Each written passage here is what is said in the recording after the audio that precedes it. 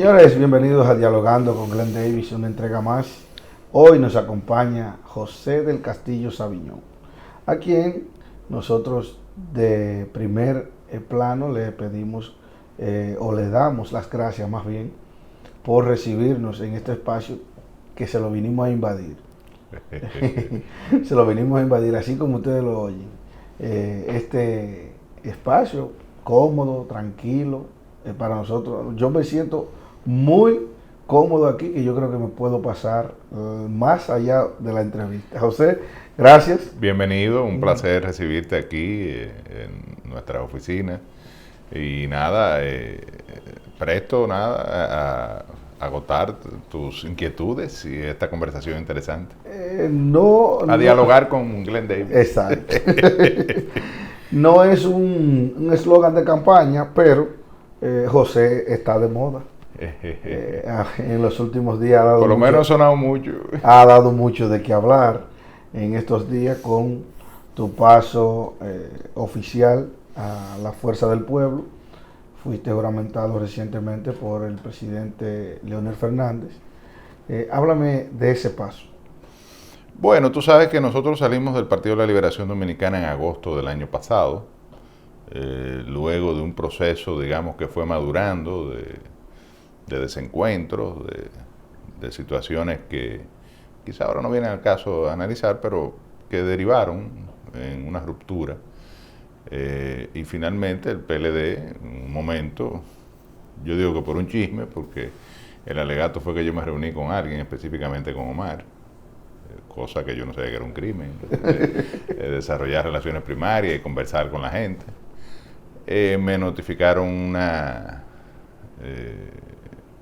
una misiva para someterme al tribunal disciplinario y yo conversé con Johnny Pujol, el secretario general, que me trató muy bien, con Alejandrina, también hablé con Rubén Bichara y acordamos, pues digamos, dejar eso sin efecto y que yo procediera a presentar mi renuncia al Partido de la Liberación Dominicana. Así lo hicimos, junto con un grupo de compañeras y compañeros que me han acompañado, incluyendo mi esposa, que fue candidata a diputado por la circunscripción 1 del Distrito Nacional en el pasado proceso electoral, y que además es una figura que, digamos, ha desarrollado un liderazgo, sobre todo en los sectores juveniles en su momento, ya no está tan joven, pero en los sectores juveniles en su momento, y dirigió un movimiento muy importante para la campaña del año 2016 que se llamó Decisión Juvenil con Danilo.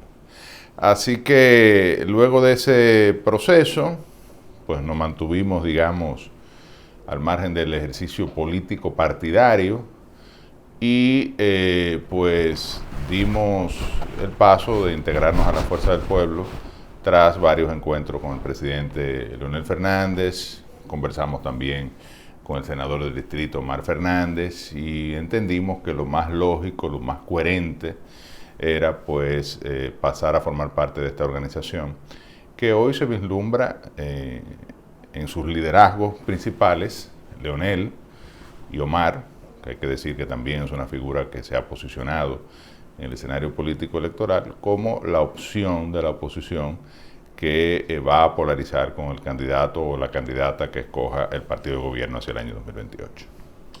Mira, tú mencionaste el tema de que por una reunión o un encuentro que tuviste con Omar Fernández, pero ahí tuvo que haber pasado otras cosas, algo más que una simple reunión con Omar Fernández, yo creo que el senador del Distrito Nacional. Yo creo que eso fue la excusa que se tomó para una decisión que hace tiempo se quería. Y yo te decía que... Que se quería. Sí, que ¿Tú quería. tenías problemas con Danilo? No, bueno, ¿Tuviste digamos que hubieron desencuentros, no problemas, desencuentros. Yo tomé posiciones. Primero, en el proceso electoral del año 2024, yo sentí que el partido no me apoyó como debió. Primero, antes que eso, fui promotor de la alianza con la Fuerza del Pueblo. Creo que eso nos gustó.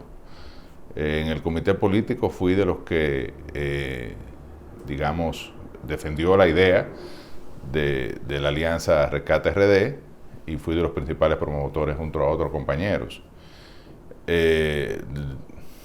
algunos de los cuales estaban hoy fuera del Partido de la Liberación Dominicana. Luego, y lo hice por dos razones. Parecería lógico pensar que si dos partidos de oposición, que son los que lideran la oposición, se unen, tendrían más oportunidad que si van con candidaturas separadas. Y yo era candidato a la reelección por la senaduría de Barahona. De hecho, Barahona, San Juan y Salcedo fueron las tres primeras senadurías que se anunciaron cuando se anunció la Alianza Rescate RD, que se produce a resistencia o contrapelo de lo que quizás quería una parte importante de la cúpula del partido, especialmente el presidente Medina.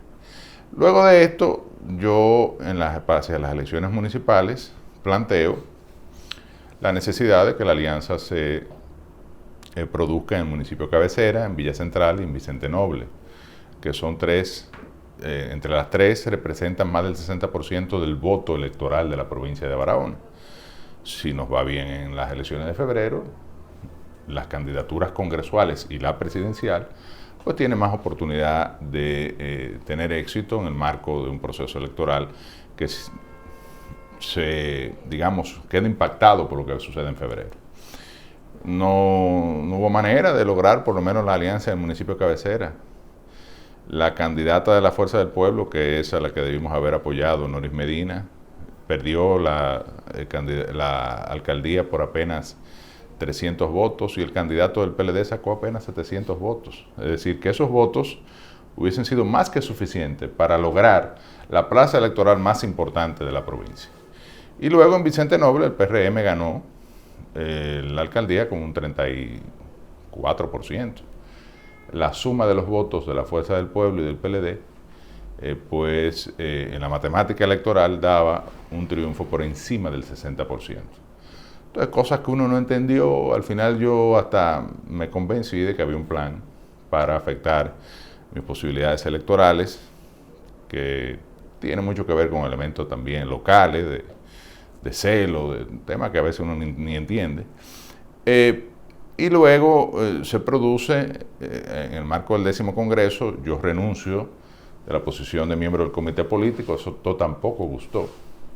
Y en esa reunión en que se conoció mi renuncia, Danilo y Charlie, presidente y secretario general del partido, deciden anunciar al país que no van a continuar en su posición, lo cual a mí me parecía sano, porque daba la imagen de que el PLD iba a un proceso de renovación de sus estructuras, que era lo que yo entendí que pudiese de alguna manera generar una motivación para que la gente empezara a reconectar con la organización. Un partido que venía de un proceso en el año 2020, donde sacó un 38%, y en el año 2024 saca un 10%, es decir, un proceso de deterioro de su posicionamiento electoral, lo cual evidencia una ruptura con el electorado.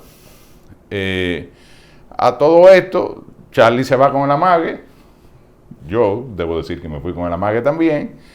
Coincidí con otros compañeros que vieron bien que Danilo saliera, apoyamos esa decisión, y Danilo lo que estaba haciendo un ejercicio de lo que se llama gatopardismo, que es decir que la cosa va a cambiar para que todo siga igual. Un poco lo que ha hecho el PRM en su gestión de gobierno. Pero bueno, y todo esto, digamos que se fue acumulando en la vida de los procesos. En ese mismo orden ahí, lo que tú quieres decir es, o sea, Danilo le puso a ustedes una trampa.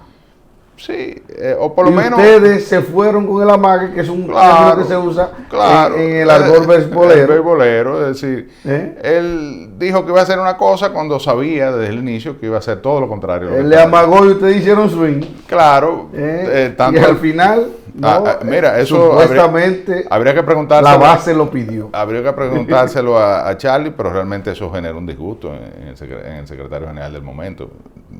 Yo no soy portavoz de él, ni mucho menos, pero he escuchado esa versión. Pero bueno, y nada, pienso que se tomó esa decisión de manera, esa de mandarme a votar, de manera apresurada, fruto de un chisme, vuelvo y reitero, de que yo estaba produciendo unas reuniones, que yo me reuní con Omar, que Chari y yo nos reunimos con Omar. Bueno, Chari y Omar hicieron una relación primaria que también digamos que yo pues construí con él, en el marco de un proceso electoral donde los dos fueron candidatos en el mismo nivel de elección. Chari a diputada y Omar el candidato a senador de la alianza. Es decir, hubo una vinculación y una relación que de alguna forma u otra, pues nos juntábamos con regularidad, somos amigos, nos juntamos todavía.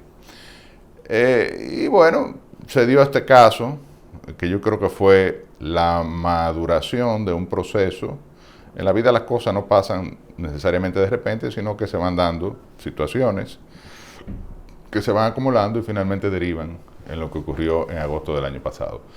Es bueno hacer la historia porque sí, la gente tiene que ver el contexto. Porque así como digo esto, falta algo para completar la historia. Lamento que eso haya pasado y que haya derivado en esa situación.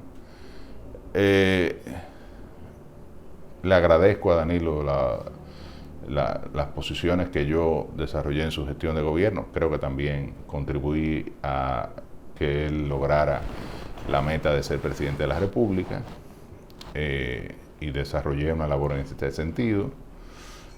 A nadie lo llaman a su casa a nombrarlo ministro de Industria y Comercio por nada, sino que creo que fue el fruto de un trabajo que también nosotros hicimos de fortalecimiento del partido y de fortalecimiento de la candidatura de Danilo, que inició ese proceso del 2012 con una desventaja de cerca de 20 puntos con relación a Hipólito Mejía y terminó logrando el triunfo electoral por una serie de factores, incluido el apoyo de Leonel Fernández, evidentemente.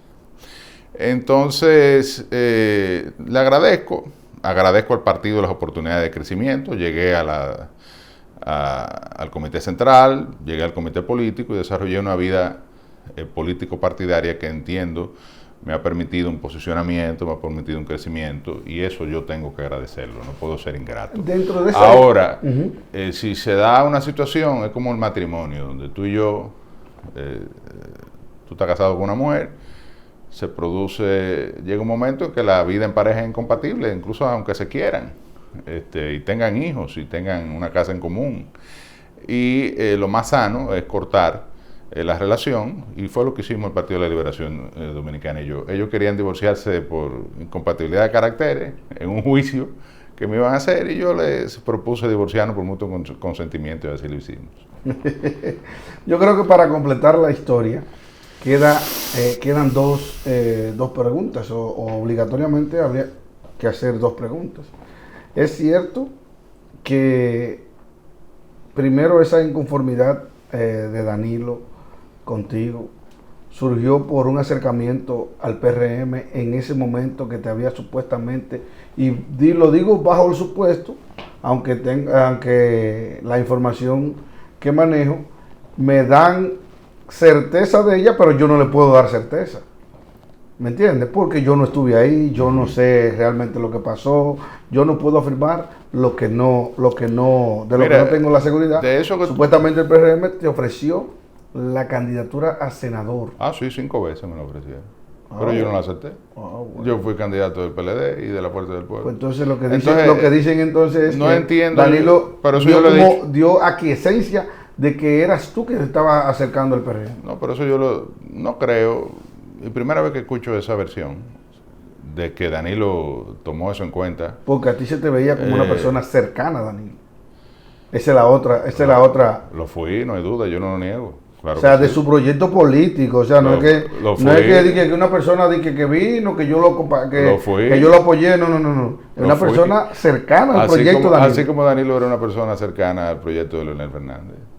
Y de repente se produjo, o de repente no, se fueron dando una serie de acontecimientos que generaron la ruptura de esa relación. Y como muchas otras historias en la vida política y en la vida en sentido general, donde hay personas muy cercanas que de repente, bueno, los matrimonios, lo que hablábamos de los matrimonios. Sí. Entonces se dio lamentablemente un proceso de distancia. Yo con Danilo en lo personal no tengo absolutamente nada. Al contrario, vuelvo y te reitero, le tengo agradecimiento, respeto, consideración. Creo que hizo una buena gestión de gobierno. Hubo fallos en algunos controles que no funcionaron y digamos que se relajaron, se flexibilizaron y bueno, dio origen a la situación que que hemos visto, ¿no? De estos sometimientos, de estas situaciones que se han dado. Pero en sentido general hizo una obra de gobierno positiva para el país. Pero en lo político, lamentablemente, se dieron estas situaciones que derivaron en una ruptura, y eso es lo que hay. Con relación a ese caso en particular, no me parece que ese haya sido un elemento, porque yo pude haber sido el candidato a senador del PRM en la provincia de Barahona, con un gobierno detrás. Es más, yo fuera senador ahora, sin lugar a dudas. Porque a pesar de haber sido candidato de la oposición contra un gobierno que capturó todas las senadurías, en una provincia pobre, donde el clientelismo pesa mucho, y tú aspirar desde el gobierno evidentemente te garantiza hasta cierto punto el objetivo electoral, porque es la séptima provincia más pobre del país, y tú sabes cómo se maneja el clientelismo en la política, me mantuve en mi partido, asumí la candidatura por mi partido, a sabiendas incluso ya desde febrero, por lo que te narré. Si se hubieran dado esas alianzas, quizá yo perdía de todas formas, por lo que digo, pero hubiese estado en mejor condiciones de competir. Incluso el PLD yo pienso que hubiese preservado la diputación en manos de la exdiputada Rudy María Méndez. Por lo menos un diputado hubiésemos logrado. Pero eso no se entendió, y yo pude haber sido el candidato del PRM, no lo fui, me mantuve en mi partido, me mantuve en mi organización. Pude haberme ido a la Fuerza del Pueblo con la senaduría desde antes, no lo hice tampoco. Pude haberme ido al PRM, donde tengo muchos amigos, no lo niego, porque Luis también ha designado gente muy cercana a mi generación, él mismo un hombre joven, digamos que en los círculos sociales en que nos hemos movido, en las escuelas, en las universidades, hemos coincidido con muchos de los que hoy están en el gobierno, y tenemos muchas relaciones primarias en el gobierno del PRM, pero yo me mantuve firme y fiel a los principios que he querido enarbolar, porque quizá hubiese sido lógico y mucha gente hubiese aplaudido el que yo de forma oportunista aceptara del PRM la oferta de llevarme como candidato a senador y me mantuviera en el cargo. Eso quizá hubiese sido dentro de un modelo ético y moral que ahora, digamos, impera, que es el de realismo político, el del oportunismo político, hubiese sido el modelo de éxito, que yo mantuviera la posición. Pero yo entiendo que el éxito que tuve fue salir, aunque derrotado, pero por la puerta grande, en el sentido de que nunca traicioné a mi organización, llevándome una candidatura, un puesto electivo como el de senador que obtuve en la boleta de esa organización hacia otro partido político. Eso yo no lo hice, no lo quise hacer, y creo que nunca en mi vida estaría en condiciones de producir una acción de esa naturaleza. Entonces, no creo que ese haya sido el caso. No creo, y primera vez que lo oigo, no te niego el dato. Y lo he dicho en múltiples espacios públicos. ¿Cuántas veces fue que te lo ofreció? 4 veces. Como 5 veces, varias veces. Y incluso una conversación con el presidente Abinader en una inauguración que él tuvo allá en Barahona, en el puerto. Conversamos el tema. Pero, vuelvo y te reitero, nunca consideré apropiado llevarme una posición que había ganado en la boleta electoral del Partido de la Liberación Dominicana hacia el PRM, y tampoco entendí que la línea que yo había seguido durante yo duré 20 años más o menos en el PLD, durante las últimas 2 décadas, no era coherente yo ir hacia un partido como el PRM. Bien, ¿qué viene ahora? Bueno, mucho trabajo. Porque la gente, yo he escuchado gente, yo te dije fuera del aire que yo no leo los comentarios, pero a veces uno ve algo. No, que yo me vendía a la fuerza, pero ¿y qué es lo que dan en la Fuerza del Pueblo? Trabajo. Entonces yo me vendía a cambio de trabajo, de esfuerzo, de desarrollar una acción para fortalecer esa organización política y para fortalecer las posibilidades de lograr el poder en el año 2028. Creo, como te dije más temprano, que la Fuerza del Pueblo es la organización a vencer en este escenario político. La gente está viendo una gestión de gobierno que se ha caracterizado tradicionalmente por la improvisación, la incapacidad de resolver los problemas. Al contrario, si había una joya de la corona que los gobiernos habían preservado sin importar el partido político ni el presidente, era la estabilidad macroeconómica y el crecimiento económico. Y eso se ha perdido en esta gestión de gobierno cuando vemos que el año pasado, sin pandemia, porque si hay una crisis, bueno, si hay una pandemia que obliga a cerrar, como sucedió en el año 2020 y 2021, pues es evidente que la economía no va a crecer.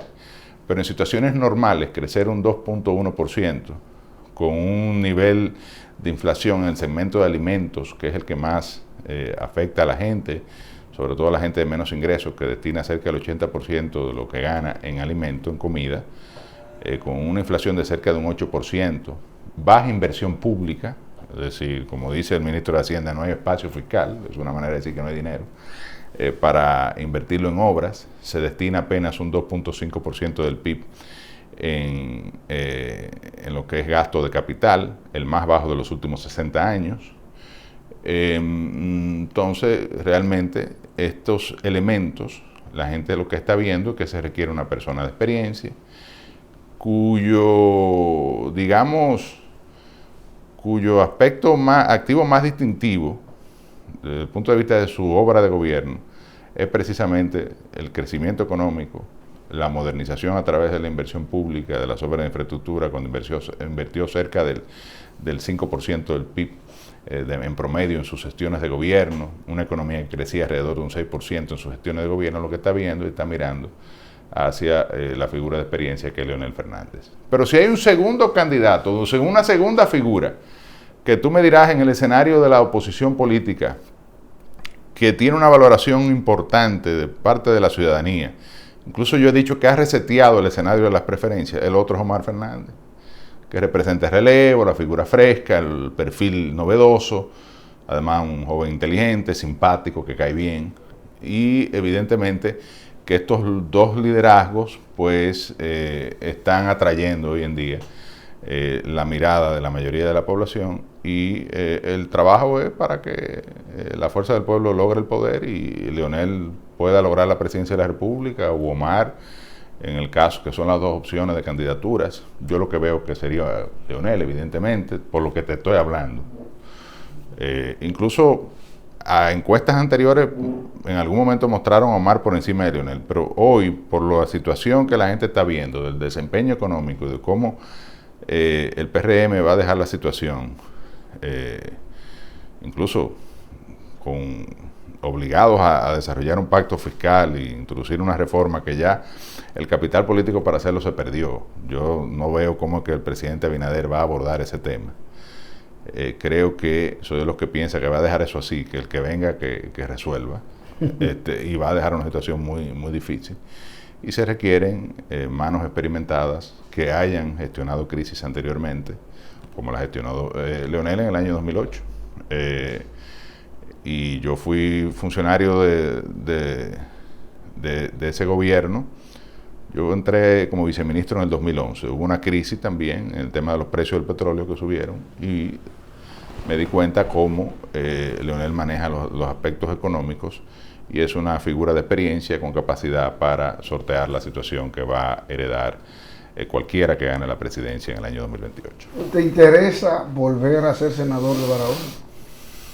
Mira, yo he dicho que tengo un compromiso muy primario con Barahona. En Barahona yo crecí políticamente. Y me refiero al aspecto de la política, de la carpintería política, o sea, el ejercicio electoral de la política, el organizativo de la política.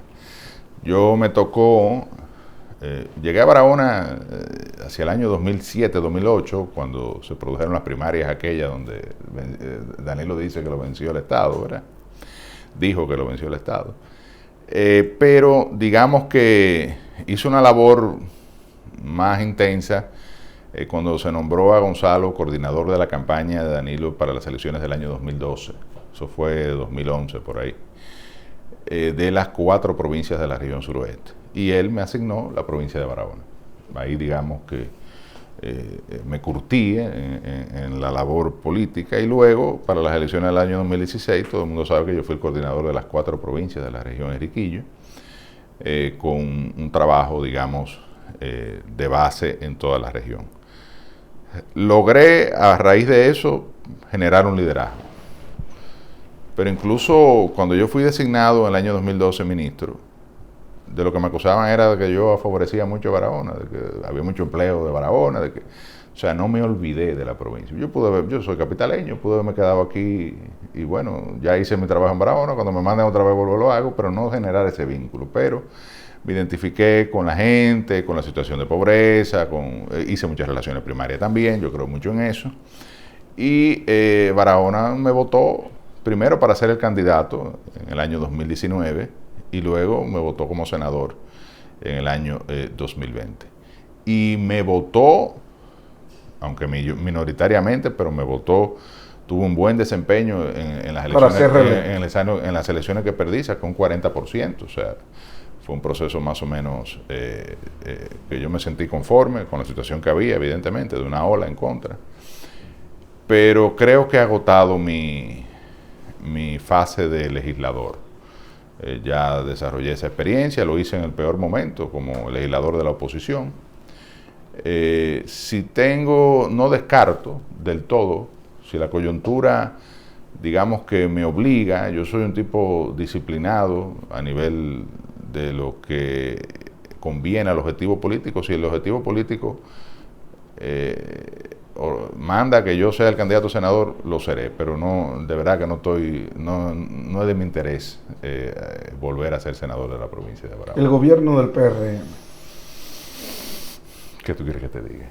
Altas y bajas. Bueno, Luis llegó con una expectativa muy alta, evidentemente, y las concentró en el tema de la impunidad.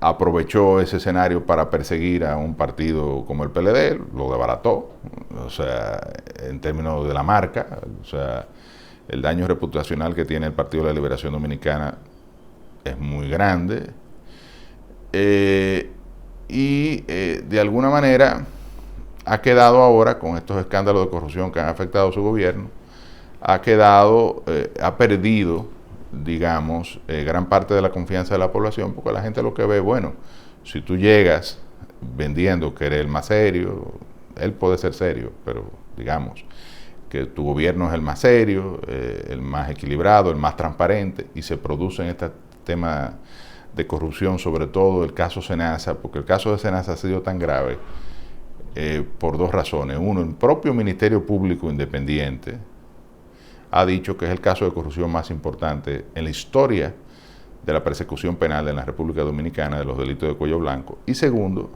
es un tema que afecta la salud y la salud de los más pobres, de los más vulnerables, del seguro subsidiado de salud. Entonces, eso realmente ha afectado mucho la imagen del gobierno, pero además tú te das cuenta que no hay una obra de gobierno. En gran medida por lo que yo te decía, Luis ha sorteado la situación económica con una incapacidad de disponer de recursos para inversión en obras de infraestructura. Y esto en gran medida lo que ha impactado el crecimiento económico hacia la baja. Un país que está acostumbrado a crecer alrededor de un 5%, que inició el año pasado con una perspectiva de crecimiento de 4.5%, termina creciendo apenas un 2.1%, y en gran medida tiene que ver por ese factor de la baja inversión pública, que además ha impactado el sector de la construcción, que en el último índice de la economía que publicó el Banco Central decreció un 2% del sector construcción. Entre ambos aportan alrededor del 30% del PIB. Entonces se ha perdido el espacio para promover el desarrollo económico, el crecimiento. La gente ya siente que el dinero no está circulando, la economía no está generando los empleos que requiere, y además de eso tú lo combinas con una alta inflación. La situación es difícil para gran parte de la población, sobre todo la de menores ingresos. Hay cosas positivas, claro, yo creo que el turismo ha sido un elemento positivo.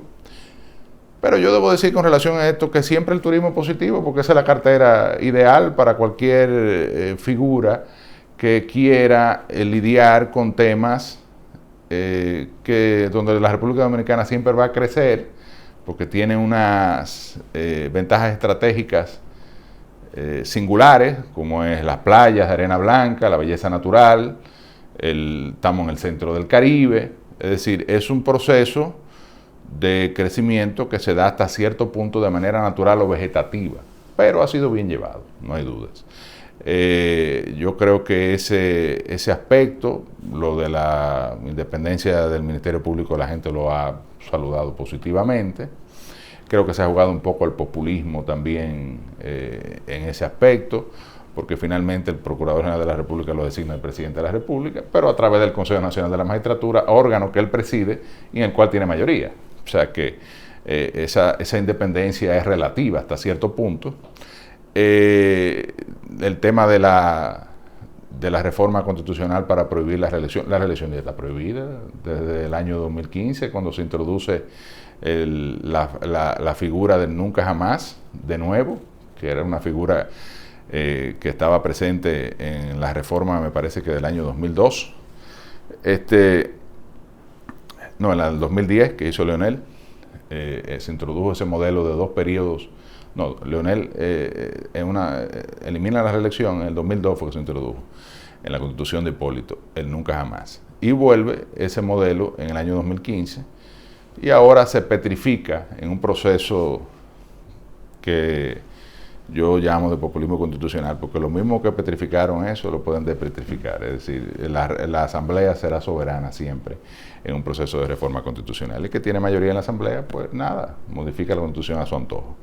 Así que nada, es un presidente que trabaja mucho, creo que vino con buenas intenciones, pero lamentablemente no ha tenido el equipo de gobierno, no ha tomado las decisiones que le permitan consolidar una obra que pueda exhibir de cara a la ciudadanía. ¿Sería una respuesta política a José del Castillo y su juramentación en la Fuerza del Pueblo que el PLD fuera a Barahona recientemente y allí inaugurara no sé cuántos locales? Claro que sí. ¿Quién era el presidente del PLD en la provincia? Era Eddie Mateo.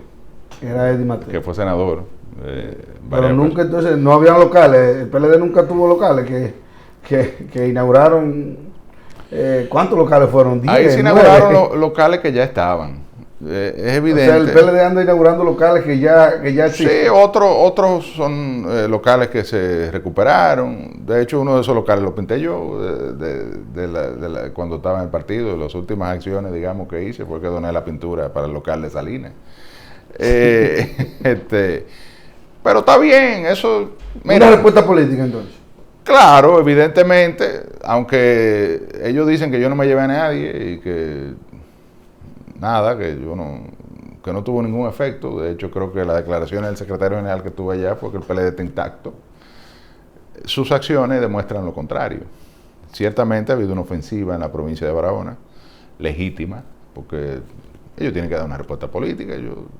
Está bien eso no está mal. Ahora, está difícil el PLD en Barahona. Y eso los baroneros que me están escuchando lo saben, y la gente que le ha dado seguimiento al PLD en la o que conoce la provincia sabe que es así. El PLD se ha ido desmembrando. Tanto es así que en las elecciones pasadas, el municipio de Cabecera, el principal plaza electoral, sacó un 2% en las elecciones municipales. Un 2%, Glenn Davis.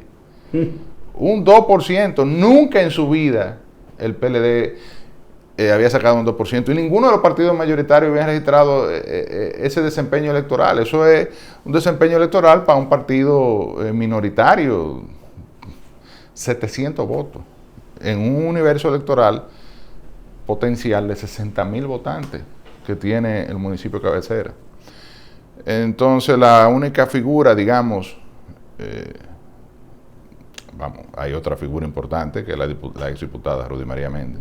Ñiñín. Creo que ella y para yo, que la gente conozca. ella, sin temor a equivocarme, ella y yo a nivel provincial, porque a nivel de los municipios hay figuras locales, éramos las dos figuras más importantes del partido. Ella permanece en la organización pero en el caso nuestro hemos salido y eso algún impacto tiene que generar Mira, en el PLD, y por eso esta ofensiva de inaugurar locales. Entiendo que Danilo va a una asamblea el 15 de febrero también. Vi que Soraima, la vicepresidenta del partido, ha estado haciendo reuniones no solo en Barahona, sino también en la provincia de Independencia y Bauruco. Y todo esto es una manera de, digamos que, de responder políticamente a la juramentación que yo hice. Pero lo veo legítimo. El PLD tiene que hacer su papel, nosotros haremos nuestro. Al final, José, yo quiero saber, tú manejas números. En las últimas encuestas que se hacen o que tú manejas o las que has tenido acceso, pero sin pasármela por el salón de belleza, los números reales al día de hoy de la Fuerza del Pueblo y el PLD. Y del PRM. El Sí. PRM ha venido en un proceso. Pues acuérdate que, mira, yo fui una vez a un taller de comunicación, precisamente. Y eso nunca se me olvida. Esa me la aprendí bien. Mire, el periodista y el entrevistador o el comunicador quiere llevarlo a su terreno. Exacto. Quiere que usted responda a lo que él... Usted tiene su mensaje. Yo te pudiese decir fácilmente, muy interesante tu pregunta. Ahora yo creo que lo importante es destacar. Exacto. Y irme por otro lado. Exacto. Entonces te voy a decir, el primer... Pero yo quiero saber los números sin punto, pasarlo por el salón de belleza. El primer punto que el PRM... No, yo te voy a dar datos generales, pero no voy a entrar en especificidades. Primero, porque no he visto datos últimamente, siendo honesto.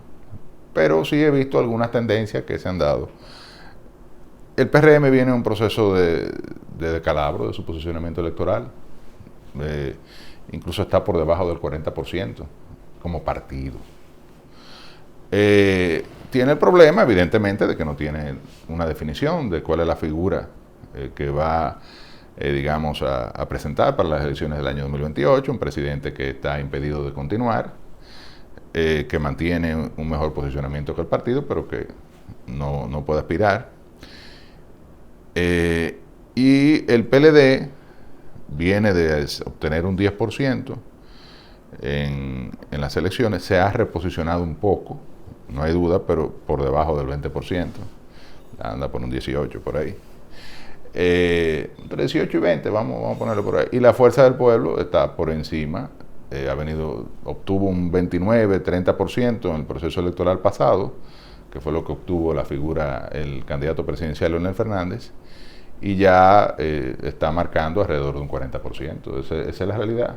¿La Fuerza del Pueblo o Leonel Fernández? La Fuerza del Pueblo. La Fuerza del cerca Pueblo. De un 40%. Cerca de un 40%. Leonel Fernández está incluso por encima de esos números. Algunos hablan de 47%, pero yo no quiero ser alegre en eso, porque yo no tengo los últimos números. Y además, digamos que lo que sí puedo sentir es que la gente está percibiendo que Leonel está acaparando como figura electoral el escenario de la oposición. Porque tampoco el PLD ha definido un candidato. Es más, Danilo con su exposición le está haciendo daño a la oportunidad de crecimiento de los que sí aspiran y de los que sí están habilitados constitucionalmente para encabezar una candidatura en el PLD. Mira lo que sucedió la semana pasada. El domingo que yo tuve la juramentación, Danilo va a Villamella, me parece, a Santo Domingo Norte. Y un joven, de los que supuestamente se estaban juramentando, porque los que juramenta el PLD son gente sin nombre, es decir, no son figuras políticas, números. No son líderes, digamos. Solo números. Solo, digamos, gente que entra. Y este joven toma la palabra y el espía de Diario Libre relata lo que dice. Que va a trabajar, dice, para que Danilo sea el presidente en el año 2028. O sea, el joven no sabe que Danilo no puede ser candidato presidencial, pero sí esto te refleja que el nivel de exposición y de liderazgo que está asumiendo Danilo, él es el referente del PLD, cosa que está muy bien desde su punto de vista. Ahora, frente a las posibilidades de que el PLD pueda posicionar un candidato hacia el 2028, eso resulta contraproducente. O sea, le está haciendo daño a gente como Francisco Javier, o Abel, o Margarita, no sé si Margarita va a aspirar, o Francisco Domínguez Brito, es decir, los que están ahí, que quieren ser candidatos, que alguno de ellos será, porque el PLD deberá llevar una candidatura, presentar una candidatura propia. Y después, en eso sí yo estoy de acuerdo con Danilo. O sea, el PLD tiene que hacer su labor como lo está haciendo la Fuerza del Pueblo. La Fuerza del Pueblo fue a Santiago y recibió a figuras importantes del PLD. Bueno, tú sabes. Porque sí. O sea, cuando tú hablas de José Torres, sí, para mí uno de los jóvenes políticos de Santiago que más proyección tiene. Desde mi punto de vista, muy organizado. Regidor en las 2024.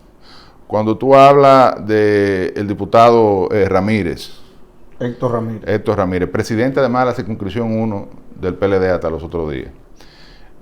Un tipo que tiene un liderazgo del círculo del ex candidato Abel Martínez, creo que fue director de gabinete de la Cámara de Diputados. Que dicen que él lo está mandando adelante, Dique.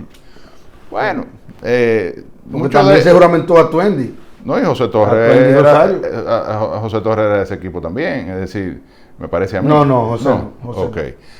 Se juramentó un regidor del municipio de Santiago, uno de Baitoa, otro del municipio de La Paloma.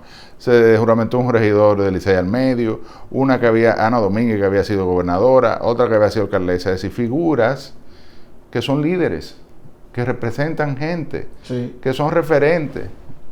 Y yo creo que esto, cuando tú lo contrastas con lo que está ocurriendo en el PLD, te das cuenta de que el posicionamiento de la Fuerza del Pueblo está muy por encima y ese es referente de la oposición, y ni hablar de los liderazgos, que como yo te he mencionado, Leonel y Omar son las figuras de la oposición que mayor identidad tienen hoy en día con la población en esta coyuntura. Mañana podrá pasar otra cosa, pero yo lo que veo y lo que preveo es que lo que va a pasar es que tanto la Fuerza del Pueblo como organización se va a continuar fortaleciendo, de gente de todos los partidos, del PRM incluso, que van a ir perdiendo la fe en que el PRM pueda continuar en el poder, pero sobre todo el PLD, porque hay un trasvase natural, son organizaciones que nacieron de un mismo padre, de Juan Bosch, basada en los mismos lineamientos, con gente que hasta el año 2019, que es los otros días, ayer, éramos compañeros del mismo partido y que transitamos mucho, durante los 20 años que el PLD tuvo en el poder, transitamos, o sea, convivimos juntos y estuvimos juntos y tenemos muchas relaciones primarias. Y ese conflicto que hay entre Leonel y Danilo es de ellos. Eso no me tiene que arrastrar a mí. Hay gente que sí, que se lo toman, digamos, para ellos también. Sí. Y además, en la medida en que el PLD se lo han tomado. Claro, en la medida en que el PLD se ha ido caudillizando, es decir, Danilo ha ido asumiendo el liderazgo al punto de que lo que refleja el espía, que hay gente que cree que él es el candidato, se van radicalizando las posturas y las posiciones de los que se quedan. Pero mucha gente que no tiene ese conflicto personal y que lo que quiere es lograr un objetivo político aspirando a alcalde, a senador, a diputado, a regidor, a director de una junta municipal, donde va a entender que canalizar sus aspiraciones por el PLD no es viable, porque por el posicionamiento que tiene y por la manera en que se está manejando a nivel político. Gracias, José. Gracias a ti, Glenn David, mi cariño y afecto. Y eso es recíproco, hermano. A pesar de que no estamos en la misma acera política, pero mira cómo nos manejamos. Pero eso yo creo que es la manera de hacer la política. Eso es un buen mensaje. Claro que sí, claro que sí. La política está en un lado y la amistad, claro, y las relaciones personales debe estar y permanecer. Por eso siempre he dicho que nunca he tenido enemigo en política, sino adversario. Sí. Y adversario en un determinado momento. En otro momento no son tan adversarios y a veces aliados y amigos. Así es. Bueno. Un abrazo, mi querido. A ustedes, invitarles a una entrega más de Dialogando con Glenn Davis. Hasta aquí, el hijo de Juliana y de Fred.